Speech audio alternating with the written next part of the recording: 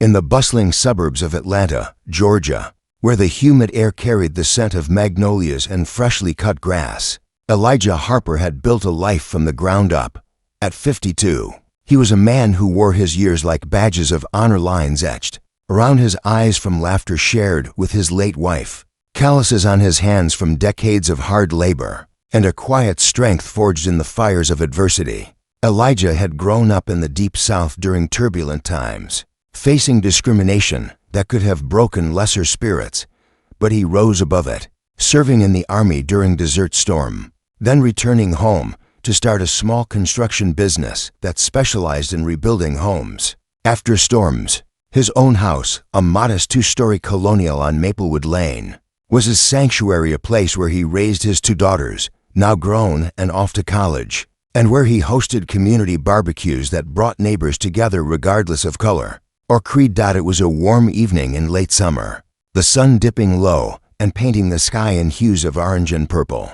Elijah was in his backyard workshop, tinkering with an old engine he'd salvaged from a junkyard, when the first sign of trouble arrived. 3 sharp raps echoed from the front door, cutting through the peaceful hum of crickets. It wasn't the friendly tap of Mrs. Jenkins from next door, borrowing sugar, or the playful knock of kids selling cookies for their school fundraiser. This was insistent, authoritative, like a judge's gavel demanding order. Elijah wiped his grease-stained hands on a rag and made his way through the house, his sturdy frame moving with purposeful strides. He wasn't one to jump at shadows. Life had taught him to face challenges head-on.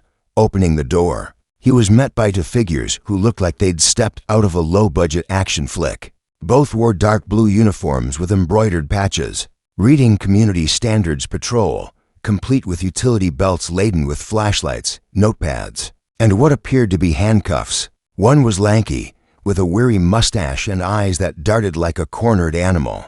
The other was built like a linebacker, his bald head glistening under the porch light, and a tattoo peeking from his sleeve that Elijah couldn't quite make out. "Mr. Harper?" the lanky one asked, his voice clipped and rehearsed, holding a clipboard like a shield.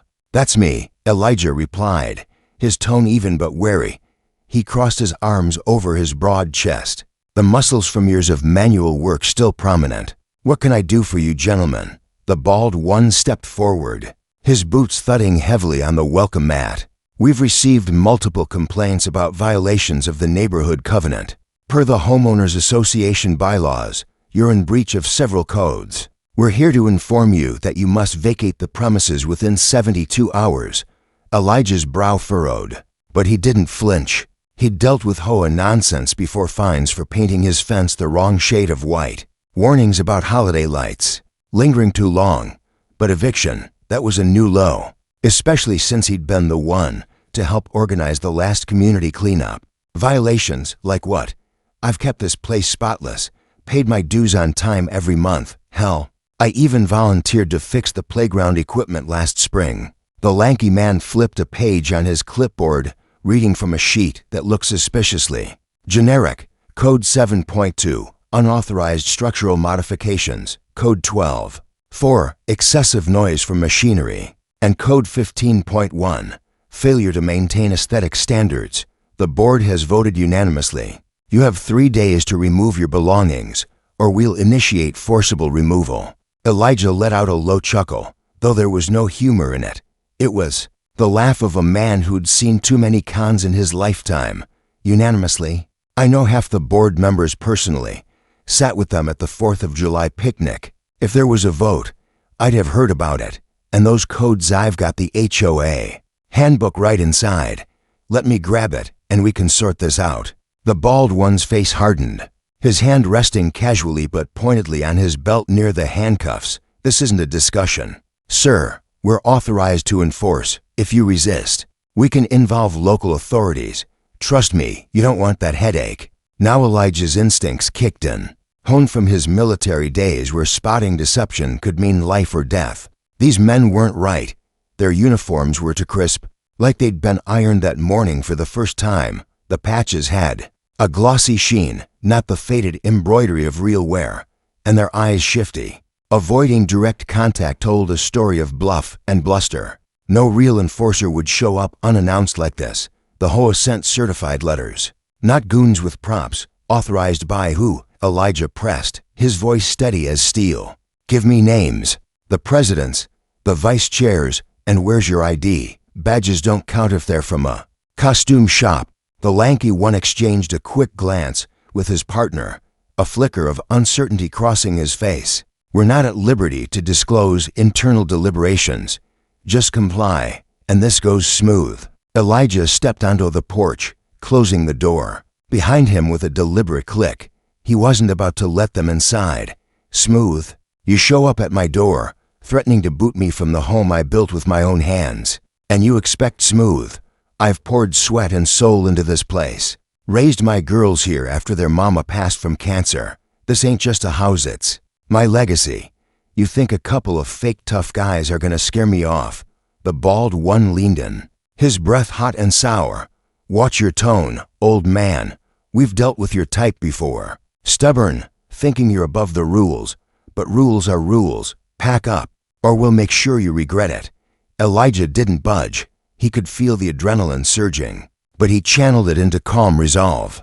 In his youth, he'd faced down bigger threats, sandstorms in the desert, IEDs on dusty roads. This was child's play, but dangerous in its own way. Scams like this preyed on the vulnerable, the elderly, the isolated. But Elijah wasn't any of those. He had a network, forged in the crucible of brotherhood. As the tension thickened, Elijah's mind raced.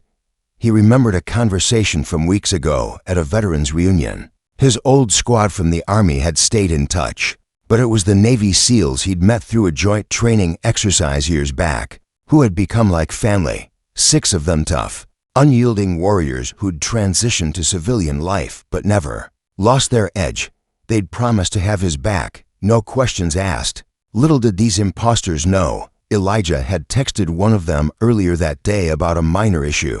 And now, with this escalating, he subtly reached for his phone. You boys made a mistake, Elijah said, his voice low and firm. This neighborhood watches out for each other. And me, I've got friends who don't take kindly to bullies. The lanky one smirked, but it was forced. Friends, call him. See if they can override the law. Elijah tapped out a quick message. Trouble at home. Fake enforcers. Need backup ASAP. He hit send, knowing the response would be swift. Meanwhile, he stalled, probing for more cracks in their facade. Let's see that paperwork again. If it's legit, it should have the HOA seal, right? Embossed, not printed. The bald one thrust the clipboard forward, but Elijah spotted the tell. No watermark. No notary stamp, just bold text on plain paper. This is amateur hour, Elijah muttered. You think because I'm black, I'll just roll over. Think again. I've fought for this country, built businesses, lifted up my community. You're not taking that from me. Neighbors began to stir. A curtain twitched across the street. A dog walker paused mid-stride. The imposters noticed, their postures shifting from aggressive to uneasy, but they doubled down. The lanky one pulling out a phone as if to call reinforcements. Last chance, Harper, leave quietly, or we escalate. Elijah stood tall, the evening breeze rustling the leaves overhead. He could hear the faint rumble of engines in the distance, growing closer. His friends were coming. This wasn't just about defending his home. It was about standing against injustice, inspiring those around him to do the same. As the headlights pierced the twilight, Elijah felt a spark of hope. The real fight was about to begin, and it would be one for the ages, a tale of resilience that would echo through the community long after the dust settled. As the sun fully set, casting long shadows across Maplewood Lane, Elijah Harper remained rooted on his porch, facing down the 2 imposters who had disrupted his peaceful evening. The air grew thicker with unspoken threats, but Elijah's resolve only hardened. He'd sent the distress signal to his SEAL friends, and now it was a waiting game. In the meantime, he decided to turn the tables, using words as his weapon to expose their charade. You know, Elijah began, his voice carrying the weight of experience. I've seen scams like this on the news, folks dressing up as officials, preying on hardworking people. But you picked the wrong mark. This house isn't just bricks and mortar, it's where I taught my daughters to dream big, where I grieved and healed, You think a flimsy piece of paper changes that. The bald imposter, whom Elijah mentally dubbed Bulldog for his snarling demeanor, snorted. Dream all you want, but reality's knocking. The board's decision is final. We've got the authority. Authority, Elijah echoed, stepping closer but keeping his hands visible. Let's test that. Call the HOA president right now. Put him on speaker. If this is real, he'll back you up. The lanky one, weasel in Elijah's mind, hesitated, fumbling with his phone. We don't need to prove anything to you. Just comply. Elijah smiled faintly, the kind of smile that masked deeper strategy. He knew hesitation was the enemy of liars. Afraid he'll laugh in your face, or maybe he's not in on it. This is a con, plain and simple. You're banking on fear folks too scared to question, too busy to fight back.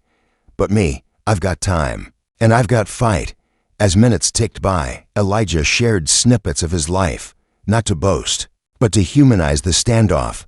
Grew up picking cotton. In Alabama summers hotter than this. Joined the army at 18. Saw the world. Learned that true power comes from within. Built my business from a rusty truck and a toolbox. Helped rebuild after Hurricane Katrina, not for profit, but because it's right. That's who you're trying to displace. Bulldog shifted uncomfortably, glancing at his watch. Save the sob story. Time's wasting. But Elijah persisted, his words weaving a tapestry of inspiration. It's not a sob story, it's motivation. For every kid out there facing odds, for every veteran feeling forgotten, standing up isn't easy. But it's necessary. You too could learn from that. Whatever hole you're in that's got you pulling stunts like this, there's a better way. Weasel's eyes narrowed. You talk big, but talk's cheap. We'll be back with real muscle if you don't budge. Just then, the distant rumble grew into a roar. 3 pickup trucks turned onto the street, their headlights cutting through the dusk like beacons. Doors swung open, and out stepped 6 men who exuded an aura of unbreakable solidarity. Leading the pack was Tyrone Ty Reeves, a towering figure, with salt and pepper hair and scars from missions in Somalia. Beside him was Jamal Jax Whitaker, lean and agile, a master of strategy from his SEAL days. Then came Darius Dash Monroe, with his quick wit and sharper aim. Kendrick Ken Lawson, the quiet demolitions expert. Lamar Lee Fitzgerald, the medic who'd saved countless lives. And finally, Quentin Quinn Baxter, the communications whiz, who could hack any system, but chose honor over hacks. Ty approached first, his eyes scanning the scene like a battlefield. Elijah, brother, what's the play here? Elijah nodded toward the imposters.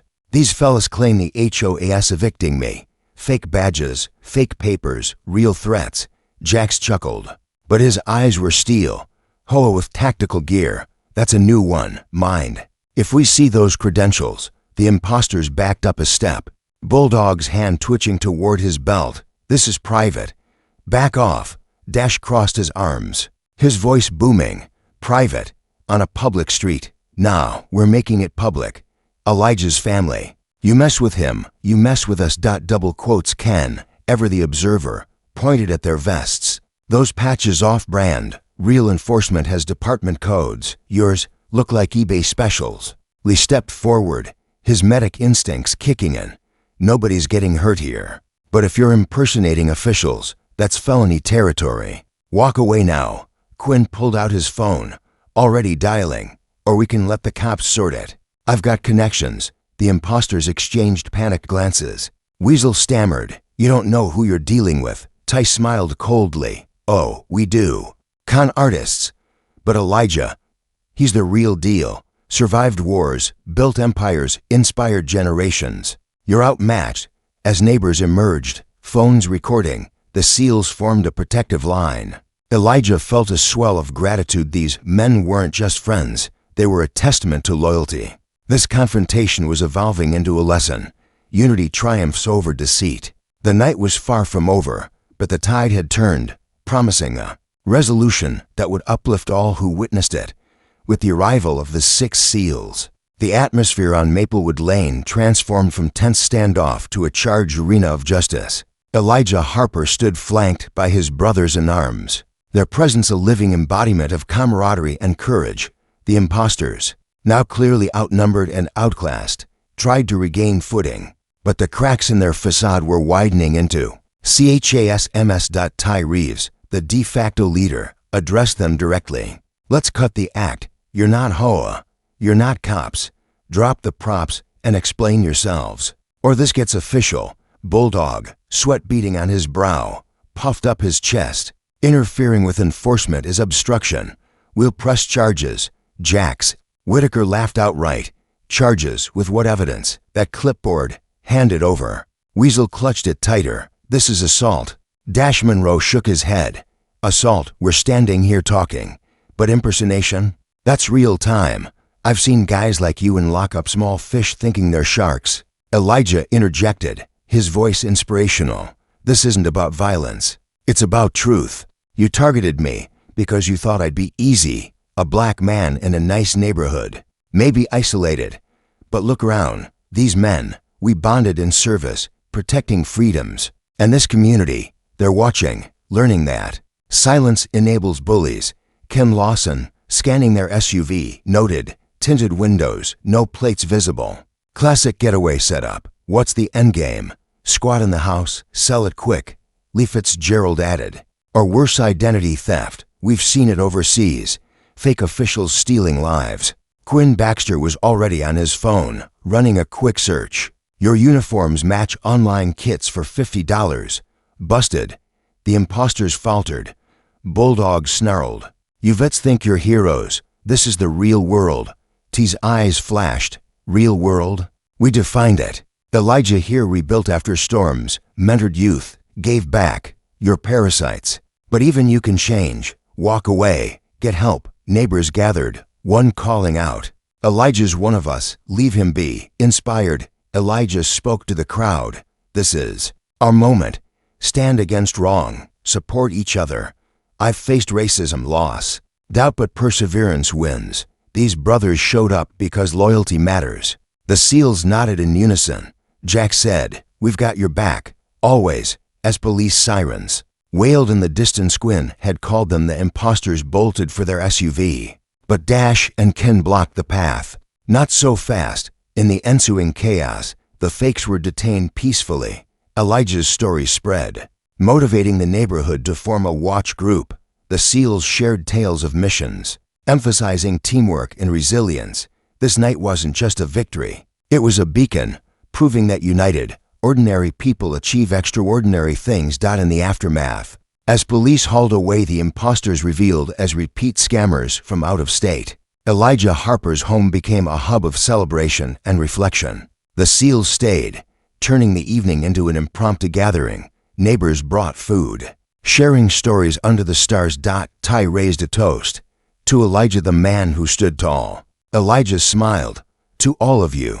This proves one voice sparks change. I've overcome battles, but tonight it's about community. The group discussed forming veteran support networks, inspiring youth programs. Elijah's daughters called, proud, Dad, you're a hero. As dawn broke, the story went viral, motivating thousands. Elijah started a foundation for scam victims, with SEALs as ambassadors. Their bonds strengthened.